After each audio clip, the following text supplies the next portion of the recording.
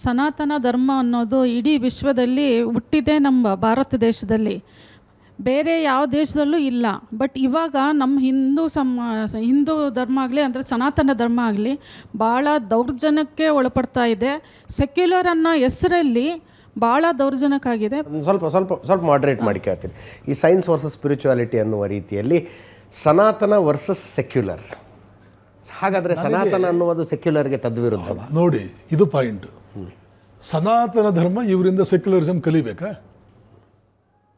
ಏನು ಮಾತಾಡ್ತಾರೆ ಇವರು? ಯಾಕಾದರೂ ಸ್ವಾತಂತ್ರ್ಯ ಬಂತು ನಮಗೆ? ಏನು ಪ್ರಯೋಜನ ಆಗ್ತಾ ಇದೆ ಸ್ವಾತಂತ್ರ್ಯ ಬಂದು? ನೋಡಿ, ಇಸ್ರೇಲಿಗಳು ನಮ್ಮ ಹತ್ರ ಬಂದಾಗ ಕೆಲವು 100 ಜನ ಇವತ್ತಿಗೂ ಇಸ್ರೇಲಿಗಳು ಮುಕ್ತ ಕಂಠದಿಂದ ಕೃತಜ್ಞತೆ ಹೇಳ್ತಾರೆ.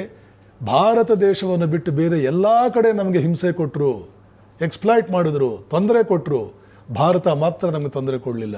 ಅವತ್ತು ಸೆಕ್ಯುಲರಿಸಮ್ ಅಂತಿತ್ತು. ಅವತ್ತು ಪಾರ್ಸಿಗಳು ಓಡಿ ಬಂದರು. ಮುಸಲ್ಮಾನರು ಇರಾನ್ ದೇಶದಿಂದ ಓಡಿಸಿದಾಗ ಪಾರ್ಸಿಗಳು ಓಡಿ ಬಂದರು.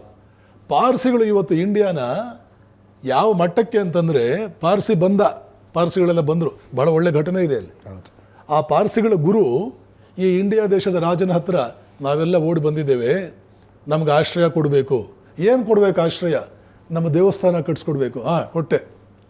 ನಾವು ವಾರಕ್ಕೊಂದ್ಸಲ ಅಲ್ಲಿ ಹೋಗ್ಬಿಟ್ಟು ಎಲ್ಲ ಪ್ರಾರ್ಥನೆ ಸಲ್ಲಿಸಬೇಕು. ಕೊಟ್ಟೆ. ನಾವು ವ್ಯಾಪಾರ ಮಾಡೋರು ಬಹಳ ವ್ಯಾಪಾರಕ್ಕೆ ಇತ್ಯಾದಿಗಳಿಗೆಲ್ಲ ಕೂಡ ಅವಕಾಶ ಮಾಡಿಕೊಡ್ಬೇಕು. ಕೊಟ್ಟೆ. ಅವ್ರು ಕೇಳಿದ್ದೆಲ್ಲ ರಾಜ ಕೊಟ್ಟ. ಈ ನಂಬಲಿಲ್ಲ ಈ ಧಾರ್ಮಿಕ ಗುರು, ಪಾರ್ಸಿಗಳ ಧಾರ್ಮಿಕ ಗುರು. ಆತ ಆವಾಗ ಒಂದು ಮಡಿಕೆನಲ್ಲೂ ಇದರಲ್ಲೂ ಒಂದು ಹಾಲು ತರಿಸ್ದ. ಒಂದು ದೊಡ್ಡ ಬೌಲ್ನಲ್ಲಿ ಆಮೇಲೆ ಸಕ್ಕರೆ ತರಿಸಿ ಅದರ ಒಳಗಡೆ ಹಾಕಿ ಚೆನ್ನಾಗಿ ಕಲಕಿ ಈ ರಾಜನಿಗೆ ಹೇಳ್ತಾನೆ, ಇನ್ನು ಮುಂದೆ ನಾವು ಪಾರ್ಸಿಗಳು ಈ ಹಾಲಿನ ಒಳಗಡೆ ಸಕ್ಕರೆ ಹೇಗಿದೆಯೋ ಆ ರೀತಿ ಬದುಕ್ತೀವಿ ನಿಮ್ಮ ದೇಶದಲ್ಲಿ.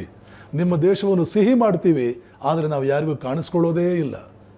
ನಾವು ನೋಡಿ ಅದು ಮಾಡಿದ್ದೀವಿ, ಇದು ಮಾಡಿದ್ದೀವಿ ಅಂತ ಆ ಆಡಂಬರಗಳು ನಾವು ತೋರಿಸೋದೇ ಇಲ್ಲ. ಆದರೆ ನಿಮ್ಮ ದೇಶಕ್ಕೆ ಒಳಿತು ಮಾಡ್ತಾ ಇದ್ದೀವಿ. ಇವತ್ತಿಗೂ ಪಾರ್ಸಿಗಳು ಹಾಗೆ ಇದ್ದಾರೆ. ಟಾಟಾ ಪಾರ್ಸಿ, ಹೋಮಿ ಬಾಬಾ ಪಾರ್ಸಿ, ಇವತ್ತು ನಮ್ಮ ದೇಶಕ್ಕೆ ಪಾರ್ಸಿಗಳು ಮುತ್ತು ರತ್ನಗಳಾಗಿದ್ದಾರೆ.